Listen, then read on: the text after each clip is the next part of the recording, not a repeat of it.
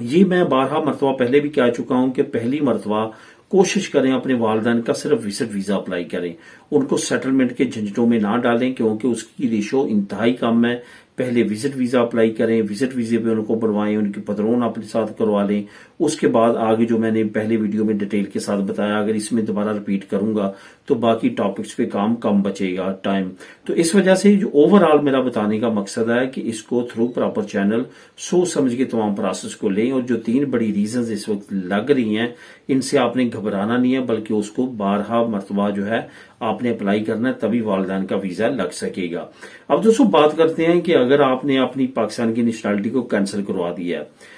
اور اب آپ کے بچوں کے پاکستانی آئی ڈی کارڈ یا پاسپورٹ رینیویبل ہیں، یعنی کہ وہ ایکسپائر ہو چکے ہیں یا ہونے والے ہیں، تو اب وہ آپ کروانا چاہتے ہیں، تو کیا آپ کی جو پاکستان کی نیشنلٹی کینسل ہو چکی ہے اور ابھی آپ کے پاس صرف اور صرف اسپین کی نیشنلٹی ہے، تو اس کی بیس پہ آپ اپنے جو بچے ہیں ان کے جو ہے وہ آئی ڈی کارڈ یا پاسپورٹ رینیو کروا سکتے ہیں۔ سب سے پہلی بات تو یہ ایک چیز آپ ذہن میں رکھیں کہ بچے جو ہیں وہ 18 سال تک آزاد ہیں، وہ نیشنلٹی ان کی آپ پاکستان کی نہیں بھی کینسل کرواتے ہیں، نہ ہی پاکستان کو کی اعتراض ہے اور نہ ہی اسپین کو کی اعتراض ہے۔ ایک تو یہ چیز آپ نے ذہن میں رکھنی ہے۔ دوسری جو بڑی چیز ذہن میں رکھنی ہے وہ یہ کہ بچوں کے جو آئی ڈی کارڈ یا پاسپورٹ ہے اس میں سے کوشش کریں کہ اب جو بچوں نے ٹریول کرنا ہے آل اوور دا ورلڈ کہیں بھی جانا ہے وہ تو یوز کرنا ہے انہوں نے اسپین کی دنی یا اسپین کا پاسپورٹ، تو اس وجہ سے پاکستان کا پاسپورٹ بچوں کا رینیو کروانے کی آپ کو ضرورت نہیں ہے، صرف اور صرف آئی ڈی کارڈ ان کا رینیو رکھیں۔ آئی ڈی کارڈ اگر ان کا رینیو ہوگا، ان کے پاس ویلڈ ہوگا، کسی وقت بھی وہ پاسپورٹ بنوا سکتے ہیں، بلکہ تو پاسپورٹ کی ضرورت ہی نہیں پڑنی کیونکہ انہوں نے ٹریول ہمیشہ اسپینش پاسپورٹ پہ کرنا ہے، اور میرا مشورہ ہے کہ نہ ہی کبھی آپ نے پاکستانی پاسپورٹ پہ ان کو ٹریول کروانا ہے اگر آپ کوئی مشکل سے بچنا چاہتے ہیں، کیونکہ مستقبل میں یہ آپ کے لیے پرابلم بن سکتی ہے۔ بہت سارے لوگوں کے ساتھ یہ پرابلم بنی ہے، اس وجہ سے پاسپورٹ کو آپ کو رینیو کرانے کی ضرورت نہیں ہے۔ کروانا کیسے ہے؟ کوئی بھی اس میں کوئی بڑا مسئلہ نہیں ہے، آپ نے نارملی جو ہے اپنا جو نادرا کا جو آپ کا سرٹیفکیٹ ملا ہے آپ کو، آپ کی پرانا جس پہ ریکارڈ ہے آئی ڈی کارڈ کا اور نیا ریکارڈ آ چکا ہے جو آپ کو نیا پوک کارڈ ملا ہے اس کا ریکارڈ، اس سرٹیفکیٹ کے ذریعے آپ اپنے بچوں کا اپلائی کر سکتے ہیں۔ اوور آل سارا ریکارڈ ان کے پاس ہوتا ہے، آپ کا نیا جو پوک کارڈ ہے اس کا نمبر بھی وہ سارا، اس میں کوئی پرابلم نہیں ہے۔ آپ ایمبیسی میں جائیں گے یا وہاں پہ جا کے آئی ڈی کارڈ ان کے رینیو کروائیں گے، اس میں کوئی بھی کسی طرح کا بھی مسئلہ نہیں آئے گا۔ اب دوستوں بات کرتے ہیں کہ انگلینڈ وزیر اعظم کا امیگرینٹس کے لیے نیا قانون۔ انگلینڈ کے وزیر اعظم کا کہنا ہے ملک کے اندر اگر کوئی کام کرنا چاہتا ہے، خواہ وہ نیشنل ہے خواہ وہ امیگرینٹ ہے، اس کو ایک کارڈ لازمی طور پہ بنانا پڑے گا جو برٹ کارڈ کے نام سے لانچ کیا گیا ہے۔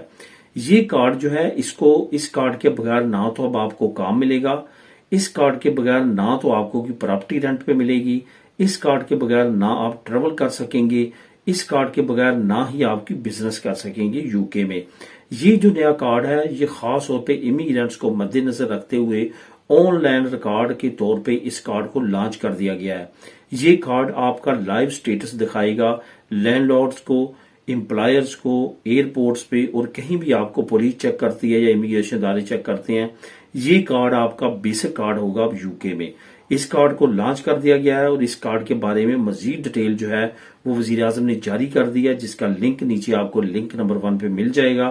وہاں پہ کلک کر کے آپ ریڈ کر سکتے ہیں۔ اصل میں وہ انلیگل ورک کو اور انلیگل امیگرینٹس کی موومنٹ کو روکنا چاہتے ہیں اور زیادہ ریسٹرکشنز لے کے آنا چاہتے ہیں تاکہ امیگرینٹس کو کنٹرول کیا جا سکے۔ اب دوستوں آخر میں بات کرتے ہیں کہ محکمہ ٹریفک کی جانب سے